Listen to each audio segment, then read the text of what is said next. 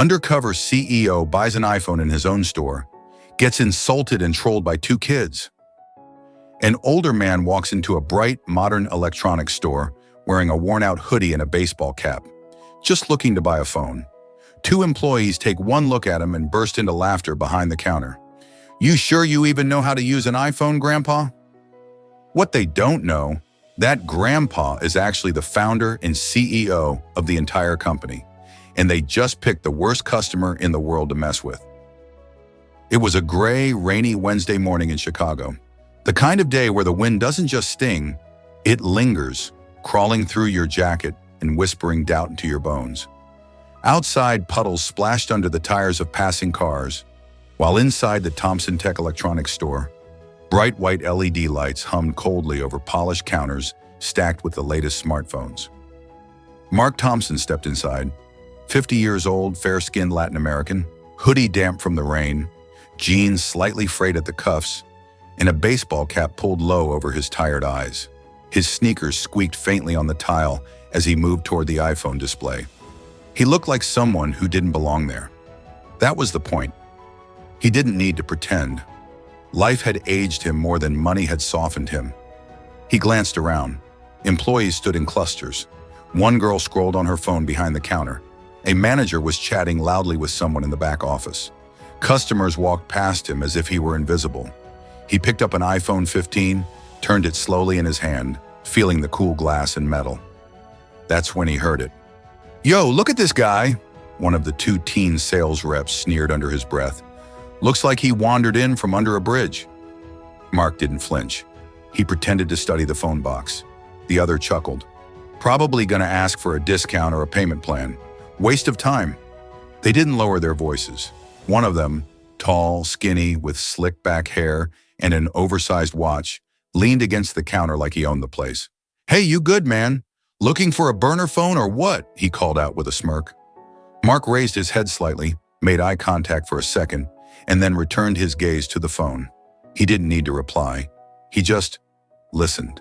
The tall kid strutted over, fake friendly voice dripping with sarcasm. "Hey, sir, just so you know, these phones aren't free, all right? Might want to check with your social worker before grabbing one." The second one followed, laughing. "Nah, man, steer him to the refurbished rack. That's more his speed. You know, budget section."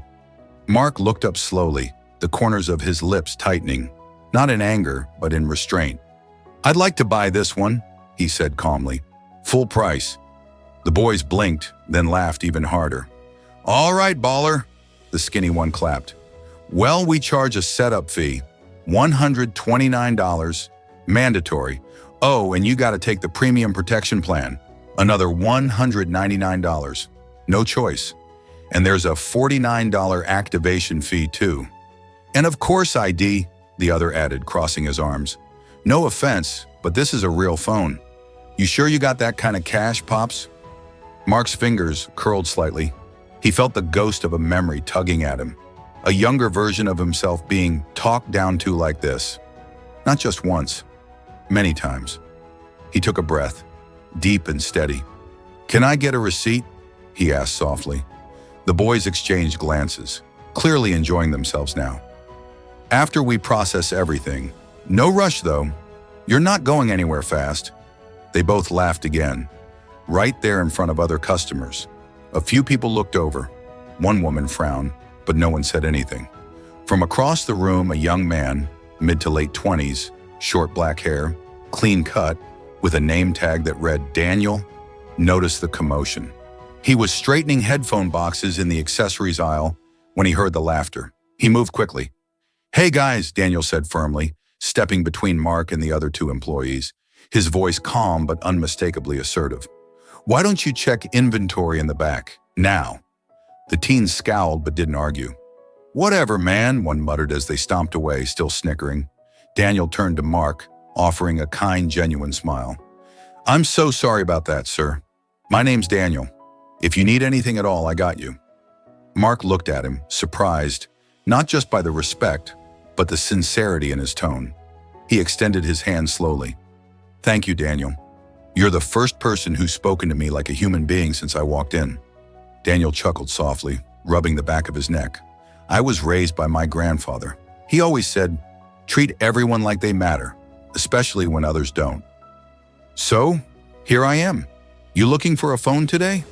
I am, Mark replied. What's the real cost on that iPhone 15 Pro? Daniel leaned in slightly and lowered his voice. It's $999, flat. No junk fees. Setup is optional. I'll walk you through it for free if you'd like. Protection plan? Up to you. Anyone telling you otherwise is, well, not being honest. Mark raised an eyebrow. So all that about setup fees and mandatory protection?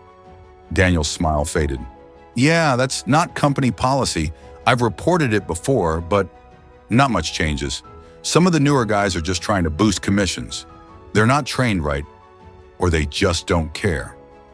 Mark walked slowly to the far corner of the store, the phone box still in his hand. He found a quiet spot between the demo laptops and a dusty shelf of accessories and gently placed the phone down. The plastic made a soft click against the metal surface. His fingers lingered on the edge of the counter. His hands trembled, but it wasn't anger. Not yet. It was something heavier, something older. A wave of memory hit him like a punch to the chest. 25 years ago, he stood in a line just like this. Rain-soaked shoes, wallet almost empty, just $50, saved up from working 2 shifts at the factory. He was barely 25, his clothes didn't fit right, and his hands had blisters from laying drywall the day before. But he was proud. He had walked into a store like this with one mission, to buy his little brother, Luis, his very first phone. Luis had just passed his high school finals. They had no father, barely a mother, but they had each other. That phone was going to be a symbol, a promise that they were going to build something better. But the clerk behind the counter had taken one look at him and laughed. Trash with a dream, the guy muttered to a coworker, not even bothering to whisper. He should be buying bus tokens, not phones. Mark had smiled through it, swallowed the pain, paid cash, and walked out with his head high. But something inside him cracked that day. That crack, it turned into fire. He worked harder, dreamed bigger, and when he finally launched ThompsonTech Electronics, with Luis by his side, he swore that no one who walked into his stores would ever feel like that again. But now, he stared at the floor tiles, heart pounding. It's happening again, he thought, jaw tightening. Only this time, in my own house. His hands balled into fists at his sides, not from fury but from heartbreak. This wasn't just customer service gone wrong. It was a betrayal of everything he and Luis had stood for. Every night they spent eating ramen in the garage while building the first prototype display. Every time they stayed up until 3 a.m., mapping store layouts and pricing models. Every handshake with a first-time buyer. Every thank you note from a happy family who could finally afford decent tech. All of it, now being undermined by sarcasm and greed. He looked up at the ceiling lights, blinking away the sting in his eyes. Luis was gone, but Mark could still hear his voice clear as day. Never let the money change the mission, hermano. Never. Mark took a slow breath, straightened his spine. This wasn't over. He wasn't done. Not yet. As Mark stands there, his heart torn between the past and the present, you can feel the weight of his mission. If you want more stories like this, make sure to hit that subscribe button. You won't want to miss what happens next as Mark takes matters into his own hands. Then a store manager walked by. Mark turned to him and quietly said, "Can you grab the district director on the phone?" The manager paused mid-step, confused. He looked Mark up and down, the faded hoodie, the old jeans, the scuffed sneakers, then scoffed. "Who are you supposed to be?" he asked dismissively. Mark didn't flinch. He reached into his back pocket and pulled out his worn leather wallet, slid a silver-edged business card from the slot and handed it over. The manager took it with a lazy hand, then blinked. Read the name twice. Mark Thompson, founder and CEO. His face drained of color. The clipboard slipped from his hand and hit the floor with a soft thud. Yes, sir, he stammered, eyes wide. Right away. I had no idea. Behind them, the 2 young sales associates were still chuckling. Dude, this is insane. What's with all the drama? Then they saw the manager's expression. He sprinted back to the store office, returning within seconds, visibly shaking. Mr. Thompson, he blurted out of breath. I didn't know it was you. I'm so sorry, But Mark had already begun walking, back to the center of the store. He took off his cap slowly and ran a hand through his hair. His eyes scanned the room. Every employee had gone silent. Customers were watching now, the air thick with tension. He looked directly at the two young men who had mocked him. "You judged me," he began, his voice calm, but each word cut sharper than the last. "Based on my clothes, my age, my appearance, you assumed I didn't belong, that I couldn't afford to be here." The taller kid swallowed hard. The smirk was gone. "You tried to scam me with made-up fees.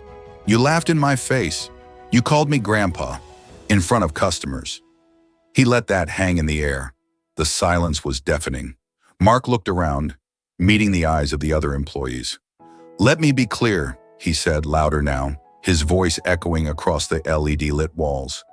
"This isn't just about bad customer service. This is about rot. This is a cancer in my company, and I refuse to let it spread." The two boys shifted uncomfortably, their faces pale. One of them opened his mouth. We didn't know." Mark raised a hand. "That's the problem. You didn't care to know. You didn't take 5 seconds to treat a customer like a human being, and that's unforgivable." He turned to the manager. "Get them out, now fired, no severance." The kids froze. "Wait, sir, please. We were just messing around." "You were just showing your true colors," Mark interrupted. He pointed toward the exit. "Now get out before I call security." The manager nodded silently and escorted them out, heads down, eyes burning with regret. Mark turned back to the room. "Let me say something to the rest of you. I built this company with my brother, from a garage with nothing but a broken laptop and a dream. We promised that everyone who walked into a ThompsonTech store would be respected, whether they wore a $1,000 suit or a rain-soaked hoodie." His voice cracked slightly at the mention of his brother, but he steadied himself. "If you can't live by that promise, you don't belong here." Then he looked toward Daniel, the kind employee from earlier, who had been standing off to the side, watching it all, uncertain. Mark pointed to him. "You! What's your name again?" "Daniel, sir," he said, stepping forward nervously. Mark nodded. "You saved more than a sale today. You saved the soul of this place." Daniel blinked, stunned. I just did what felt right." "And that," Mark said, "is leadership." In the following days, Mark sent out a video message to every employee in the company. "At ThompsonTech, we don't judge by income, clothing, or age. We serve people. All people. We will retrain every store. We will remove anyone who doesn't understand the word respect." He launched a new initiative, Project Equalize, training modules focused on empathy, honesty, and customer-first service.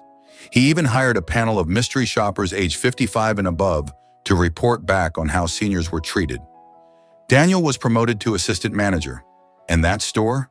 It became the new model of how to treat people, with kindness, fairness, and dignity.